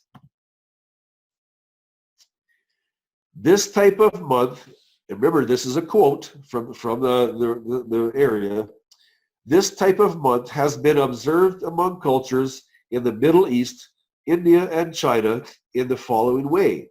They divide the sky into 27 or 28 lunar mansions, one for each day of the month, identified by the prominent stars in them. Did you note the amount of days required for the moon to complete a 360-degree circuit? It's rounded off to 28 days. Note, please observe the non-Christian cultures from the last slide that observed the actual time of a full 360-degree lunation, which is a little over 27 cycles or days in length. Why did Christian cultures stretch out the lunar month to come as close as possible to Yahuwah's 30-cycle solar month? And you'll see what I mean by stretch out very soon. The lunar month, you'll see the stretch out by the lunar month in the wording in the next lunar month. Definition highlighted in yellow. This will be further explored real soon. Here it is, the synodic month. Now, these are quotes, and what you're going to see is the false heliocentric Earth ideals. I do not agree with them. There is so much evidence proven against this. It is just outstanding. But these are quotes, and so you're going to see these false ideas written in the quotes. Is this Yahuwah's established format for determining time? Okay, here we go. The synodic month. This is the average period of the months or of the moon's revolution with respect to the line joining the sun and earth. The synodic month is the period of the moon's phases because the moon's appearance depends on the position of the moon with respect to the sun as seen from the earth. Now that does not agree with the scriptures. Yahuwah says nothing about looking to the moon. While the moon is orbiting the earth is progressing in its orbit around the sun. Uh-oh. Does the earth actually orbit around the sun? Just a question. After completing a sidereal month, okay, that's your 28-day month, the moon must move a little further to reach the new position. There you have it. There is your stretching out of the month. There is your, where the sidereal month, the lunation has accomplished 28 days. That's your 360 days. And yet here, to observe or to have a synodic month, it tells you the moon must move a little further to reach the new position. So they are going beyond the 360 degrees declared by Yahuwah as a complete circuit. This is your synodic month. This longer period is called the synodic month. Question to ponder pertaining to the first paragraph quote on the last slide. Where in the scriptures do we find instruction to draw a line connecting the earth, the sun, and the moon? Where do we find that? Yahuwah has not given us that instruction. The Tekufa gives us direction for a visual connection with the earth, which is our viewpoint, while discerning the location of the sun within the Mazzaroth stars. We read about that in Psalms 19, 1-6.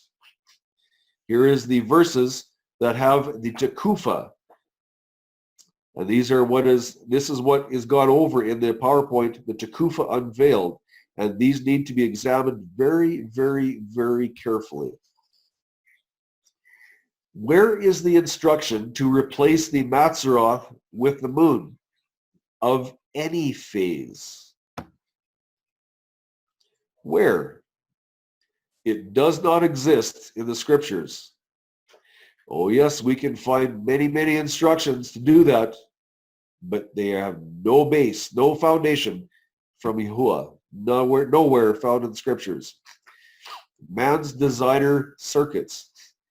We see within the definitions man's redesigning and formation of a different set of boundaries for determining a lunation.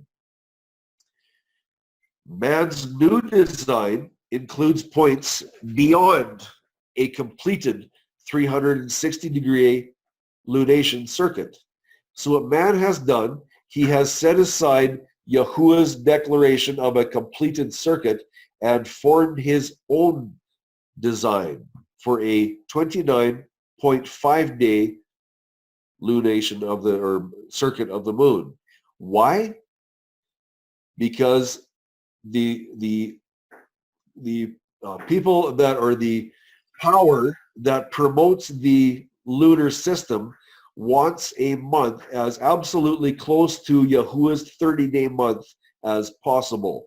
Yahuwah will not allow him to duplicate it exactly, so the adversary becomes as close as possible, giving us a 29.5-day month, which, according to Yahuwah, does not exist in the sky.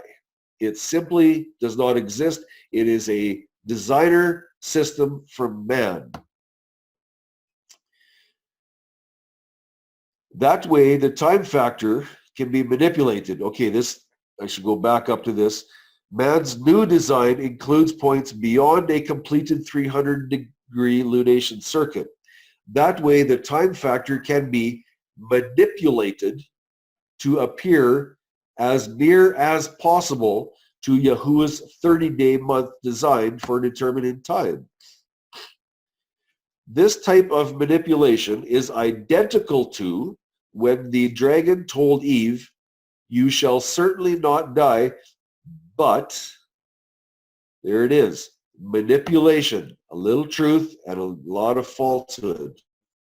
Here's man's designer circuit quotes number 6, the synodic month. This is your 29.5-day month. Since the Earth's orbit around the sun is elliptical, okay, and I have a definite problem with this statement. I do not believe the Earth orbits around the sun, and we'll get into that a little bit. And okay, I'm going to start over again. Since the Earth's orbit around the sun is elliptical and not circular, the angular rate of Earth's progression around the sun varies during the year. The angular rate is faster near periapsis and slower near apoapsis. Okay, I'm going to skip out that because we don't need to read that, and we're going to go back down to, you'll see here, 29.18 to about 29.93 days.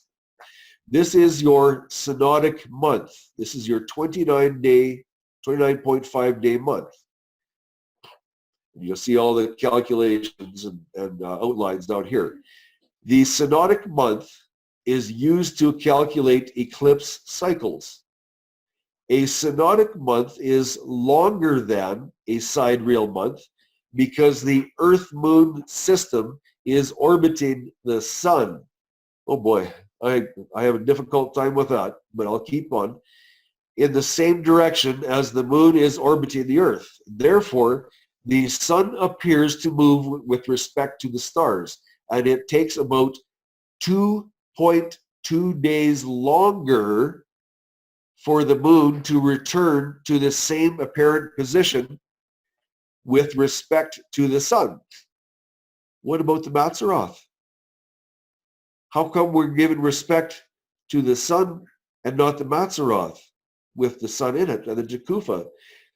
What happened to the Mazzaroth? It has been removed. Do you remember me going back and speaking about the keys to understanding when Yahusha said you have removed the key to understanding? Here it is.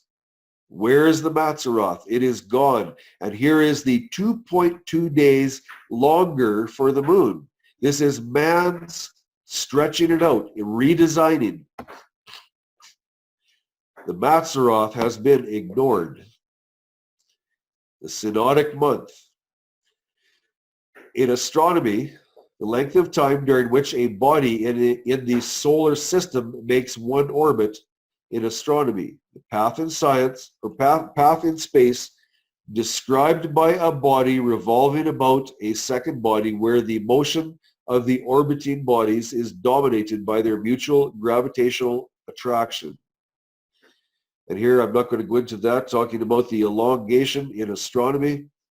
Not going to go into that. And here we go. Because the Earth moves, I have a definite problem with that. We're going to read a verse on that in a little bit. Because the Earth moves in its own orbit, the synodic period differs from the sidereal period, which is measured relative to the stars.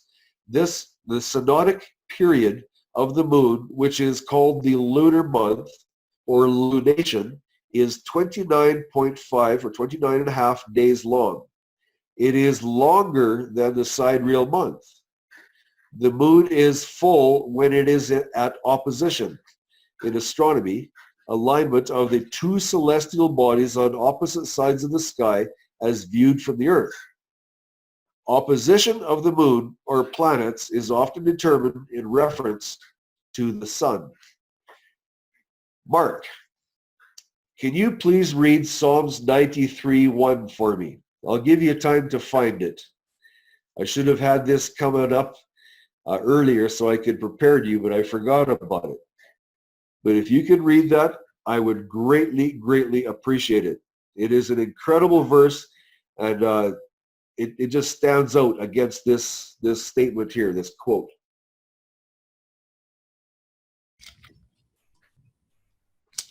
Oh wow! I wasn't muted the whole time. Wonder if you heard me a couple times.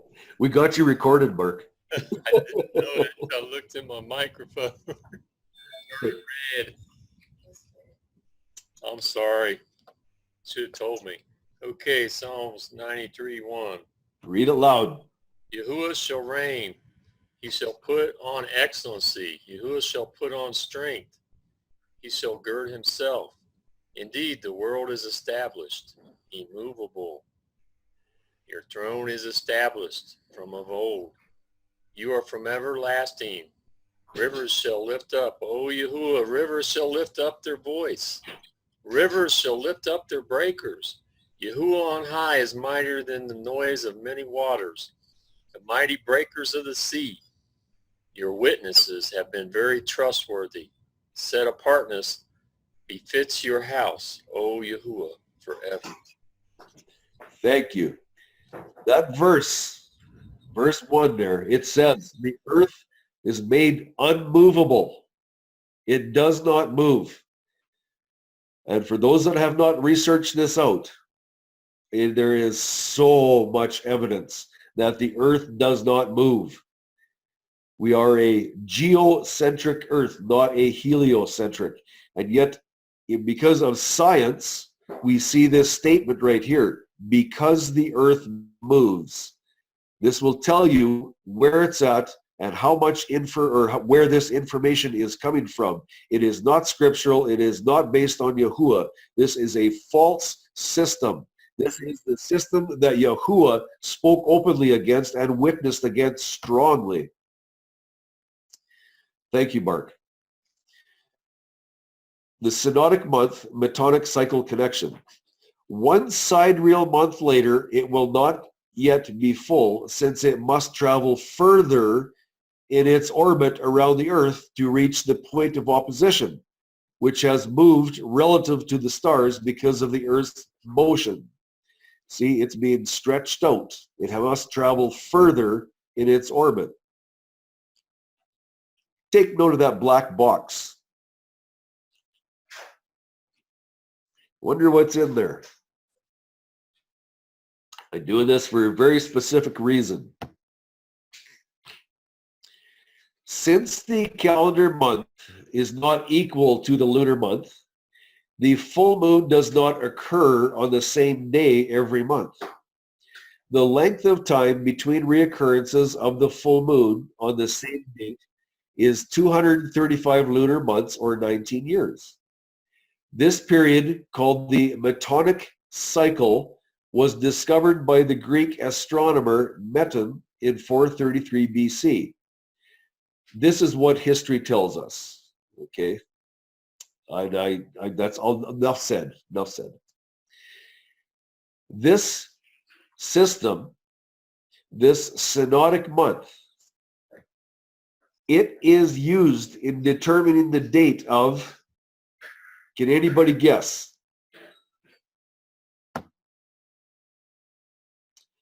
The synodic month is used in determining the date of Easter on the Gregorian calendar. Quite the roots in this synodic month. Interesting stuff. Why? We need to question this with all our hearts. Just because you pulled the wool over my eyes doesn't make you smarter than me. It just makes you more manipulative. Very good quote. Would that apply to the synodic month that has been manipulated, stretched out, set aside Yahuwah's peripheries, and man makes his own peripheries to have a 29.5 day month, which is close to Yahuwah's 30-day month? Serious, serious stuff. Really serious. Who attempted to change the times and laws? Who decided to stretch the lunar month by altering, redesigning Yahuwah's boundaries of a full 360-degree circuit? Who desires to achieve a monthly circuit that nearly reflects that of Yahuwah's Matzeroth-based 30-day month? And that 30-day month can be seen throughout scriptures so clear, so clear. Who produces authority that can achieve replacing Yahuwah's selected celestial identities, the sun light and the Matzeroth as the Tekufa combination? Who can replace that? Who has the authority to replace Yahuwah's institutions from creation? Yahuwah determined that these divine institutions founded at creation defined a completed year and a 360-degree, 30-day, monthly, cyclical pattern. What is the significance of this replacement? When man chose to, number one, replace the light of the sun and instead reference the reflected light from the moon, when man chose to, number two, remove the Matzeroth to Kufa, what then did man in effect do? I want you to think about this. When man has removed the Tekufa and inserted lunar tradition, when they removed the light of the sun, which causes the shadow of the Tekufa, what did man do?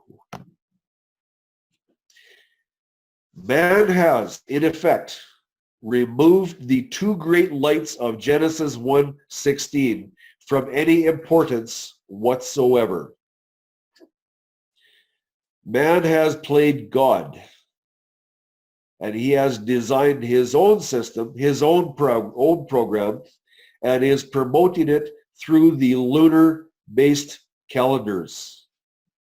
The lunar-based calendars remove the light of the sun, which causes the shadow.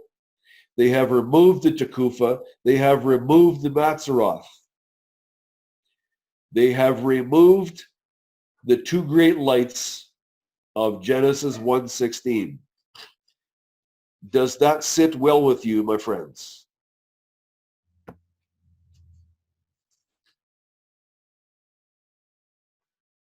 Wow. Yaakov assures us the Matzeroth-based calendar that Noah operated on has not, nor ever will be, changed by Yahuwah. This information comes directly from the half-brother of Yahusha after his crucifixion at Golgotha. Yahusha was not in agreement with the Pharisees' lunar-based traditions. Consider Yahusha's cutting statement to them. Woe to you, scribes and Pharisees, hypocrites, because you go about the land and the sea to win one convert, and when he is won, you make him a son of Gehenna, twofold more than yourselves. If that's not powerful, if that's not a strong statement, I do not understand what is. That Yahusha has just, wow, he has come out swinging a big hammer. Why did he say this? One reason is that they converted a person and placed that person on a lunar-based calendar that Yahusha passionately despises. Another scathing statement. But woe to you, scribes and Pharisees, hypocrites, because you shut up the rain of the heavens before men. For you do not go in, nor do you allow those who are entering to go in. You shut up the rain of the heavens. You threw out the Matzeroth. You take away the Tekufa. Remember I was telling you about the Matzeroth started, or the birth of Isaac was timed by the Matzeroth. That is the granddaddy time clock of Yahuwah. And yet these Pharisees, they shut up the rain of the heavens, they throw out the Tekufa, and they insert the lunar system, the moon, and he tells them, you do not accept and you do not allow those who are wanting to accept the system of Yahuwah. You prevent that. That is why they are now placing people on the, as men, people of Gehenna, on the side of the adversary. Very, very, very, very strong words. The words of Solomon, there is nothing new under the sun. Where do we get our information to observe by the moon today? How have the Pharisees accomplished this heresy of silencing the governing authority of the heavens, the Matzeroth? Because you took away the key of knowledge. How was this evil accomplished? The Pharisees abandoned the word of Yahuwah, where we are told about the Tekufa ending and starting the new year, and gave us their tradition of giving allegiance to the moon instead. Tekufa, abandoned, means out of covenant. What occurs when Yahuwah's celestial governing event, the Tekufa, is abandoned for a dogmatic impostor? It is then impossible to enter into covenant with your Creator. Was it that the Pharisees did not and could not enter in themselves? Let me reread that. What was it that the Pharisees did not and could not enter into themselves? They could not be in covenant with Yahuwah because they disregarded his Torah. That's why Yahusha said to them, yet none of you does the Torah. Not one of you does the Torah. They could not be in covenant with Yahuwah. And where do we get our information to observe times and appointed times, years by the moon? Where do we get that today? Please pay attention, people. Please pay attention. This is serious, serious stuff. If you want to be in covenant with Yahuwah, please pay attention.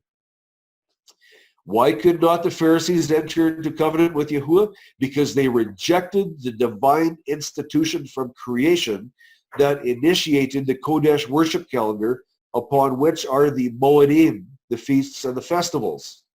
They removed the two great lights of Genesis 1:16. The Pharisees thought it better to follow the moon than Yahuwah's Tekufa. And I go back, people, go back. Please go back and read that Revelation 12:1, standing on the moon, and get the connection with Jericho. Read that carefully. Please read that carefully. Yahusha's response to their choice. The Pharisees had rejected the Tukufa for the moon, to which Yahusha said, "But woe to you, scribes and Pharisees, hypocrites, because you shut up the rain of the heavens before men, for you do not go in, nor do you allow those who are entering to go in. Woe to you, scribes and Pharisees, hypocrites, because you go about the land and the sea to win one convert, and when he is won, you make him a son of Gehenna, twofold more than yourselves." Am I doing repetition? Yes, repetition is needed. We need to understand what he is talking about. How could the Pharisees lead a convert to be in covenant with Yahuwah when they refused it themselves? How could they teach about the key of knowledge, the Tekufa, which would place people on the covenant calendar of Shem, Noah, Abraham, Isaac, Jacob, Noah, and Moshe, when they had rejected the word of Yahuwah? How can that be? Where do we get our information today, people? Where do we get our information? Do we go ask a rabbi? When the feasts and festivals are observed according to moon tradition, they are not on the Kodesh, set apart, appointed times of Yahuwah. And we see that so clearly when Yahusha said to his brothers, "You go up to this festival. Your time is always ready. My time is not yet." These feasts and festivals then become your feasts, your assemblies, your Shabbats, your new moons, or new months actually, which are an evil abomination to Yahuwah. People, I hope you stick around and see the incredible mountain of evidence that Charlene is going to lay out before your eyes. I have made some brutally strong statements tonight. And I hope that you stick around to see the evidence. It is going to shake the ground we walk on. Why are these an evil abomination to Yahuwah? Because they are on the dragon's schedule upon which a curse was placed at the destruction of Jericho, the center of moon worship. On the deeper context, that curse was placed upon the person who continues to rebuild the pagan system of moon worship. Yahuwah cannot be with us and deliver the coveted Ruach HaKodesh to us when we choose to follow the traditions of man. Let us not fall into the trap that Yahuwah warned us about in Judges 2. Therefore I also said, I am not driving them out before you, and they shall be adversaries to you, and their mighty ones shall be a snare to you. Charlene is going to bring this out so clear, so clear. Things that we had no idea about. These mighty ones. Incredible stuff. Verse 13. So they forsook Yahuwah and served Baal and the Ashtoreths. Then Yahuwah raised up rulers who saved them from the hand of those who plundered them. However, they did not listen to their rulers either, but went whoring after other mighty ones. Please pay attention to this. And bowed down to them. They soon turned aside from the way in which their fathers walked in obeying the commands of Yahuwah. They did not do so. Bowing down doesn't mean get down on your knees and put your head to the ground. Bowing down means giving allegiance to, walking after a system. That is the bowing down that is so, so serious. Just about finished, people. If we as a people are pledging allegiance to a pagan tradition of allowing the false leadership of the moon to guide us, are we bowing to the Baals and Ashtoreths seen in this world today? My friend, let us repent and return to the word of Yahuwah with a passion never before realized. May Yahuwah grant you never-ending portions of guidance and wisdom. This is the end of this study, but what's next? This completes 2 introductory studies on the problem of the moon being in command of the month. Next study on June 1, 18. I hope you are there. Charlene has got this study. This is an incredible study. It is called The Moon, Oh the Moon. You need to be there. I hope you're there with your ears open. This is an incredible study.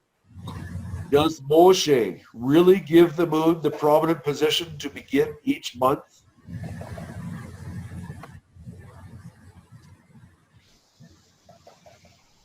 Walk in his footsteps. Follow the Lamb whithersoever he goeth. That's my thoughts. That's it, people. Oh, thank you. Thank you so much. Thank you, Tim. Thank you. Thank you, Tim. We're going to stay on a little bit, open it up for some questions. I just wanted to say thank you, Tim. And actually, you know what? Even if there wasn't any more to the moon study, this presentation pretty much seals it. It was dynamic for me to watch it. You know, editing it 3 and 4 and 5 times is one thing, but when you actually sit down and you see it, it is a lot more impressive. The scriptures have so much information in them, people. We have not been reading those words properly. And this is what we have discovered, that there is not one idle word in scripture. Those Bible stories are written there because they have calendar clues in them. We did not know this. And when I started looking for the history of where did Yah's people get off track and start worshiping the other gods, the sun god and the moon god were the 2 major ones. When I started actually reading, because you know, in Joshua and Judges, and those last scriptures were from Judges. That was not too long after Moses had passed away. Around 25 to 30 years is all. When you start reading, you are going to find out that this snare of other worship to another god was rooted extremely deep, and it came from the forefathers. You know, this has been rooted in Yah's people. We need to come away from it. Thank you, Tim, because we have not understood that in the New Testament, Yahusha had to deal with this in his face. Mario, this is Brenda, but I don't have a question, but I do want to say that is just an outstanding teaching, and I've learned so much from that. And thank you, Tim, and thank you, Charlene, for all of your commitment and your great work, and I just appreciate you so much. Great. And Yah's blessings be upon you. Thank you. Thank you for that, Brenda. That's encouraging. We could use all the encouragement we could get. That's good. And I wanted to just thank Abba, praise Yahuwah for his rachamim. I mean, for his mercy that endures forever. Because this, truly has been happening since Tower of Babel. I mean, this has been, going on for a long time. And the enemy has sought to change Abba's, times and seasons in the very beginning. So.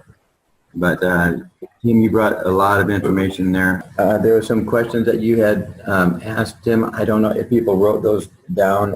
You'd asked, had you noticed before the wording of according to Torah versus the wording according to the feast dates or the accomplishing of the days? And I have to confess, I didn't see that before. I hadn't saw that calendar language like that before. I did recognize the one that says, and the feast of the Jews was at the end. But we want to recognize too that it was the feast of the Judaism of Pharisees and the Sadducees. Not every Jew was, doing what they were doing. There were different sects there too, but Yeah, that I had not seen that before. So thank you for that. It's like, wow, open up a whole, set of viewpoints there. Charlene, you wanted to look at a particular slide? We don't have to. I can just tell you what was on it, because it said that Yahusha walked in Galilee, and he did not want to go down to Judah. I did not know this, but most of his ministry was up in Galilee, which was approximately from Judah, depending where you were at, around 75 to 80 miles, or about 130 kilometers, something like that. This was not just across the street or down the block. He did most of his ministry in Galilee, and the word traveled. The grapevine was working really well. And of course, the Pharisees and the Jews, they had their little spies up there in Galilee to see what was going on with this man, because the crowds were following him, and they all, it was just like, what is going on? But remember, the command was for the feasts and festivals to come up to Jerusalem, not Samaria, to come up to Jerusalem. So they knew that he had to come, as Tim had said, because they were all under those Torah commands. But did you catch what he said? He said, you go down to Judah. I don't want to go there. I will come later. He knew that when he started making that trek towards Judah, that he was facing the cross in short order. He did not have the luxury of moving around in Judah and teaching like he did in Galilee. But people, this is something I just learned here in the last two months before Passover. It was his mission and his teachings up in Galilee that started everything going, that started showing the light of who he was. And then the word traveled. The word got out, and it got down to Judah. But Yahusha knew that nothing was going to happen. The plan was not going to be fulfilled unless he got to Judah, and he had to get on that cross. Yeah. That's why it says salvation is of the Jews. It is of the tribe of Judah, because he had to get to Judah. He had to be on the cross in Judah, not Galilee. That's where your salvation was, from Judah, not from the Jews, but from Judah, out of there. And when you understand that he really didn't teach a lot in Judah, it was in Galilee. And the crowds, the 4,000 and 5,000 crowds of just men, never mind the families, the word got around. So it's goosebumpy when you actually start reading the words of Scripture that's going on. And this one, especially with the Feast of Tabernacles, he deliberately went up on his timing. Awesome. When that was discovered, oh my goodness. Anyway, there's lots to come. Amen. Amen. I see Mark has his hand raised up there too. Yeah, thank you very much. I've seen some of this stuff, but I've really seen a lot more in this teaching, because you sent me a lot of teachings, Tim, and I'm grateful for you and Charlene spending the time and effort, because this just blows the door open. I mean, the more scriptures we have, and I notice you're finding more evidence, and I'm really encouraged by that. You guys really encouraged me to I've been praying, and Yahuwah's answered my prayers by sending me to you guys, and I'm so grateful. I had a question on page 28, what Yahusha's time was in Leviticus.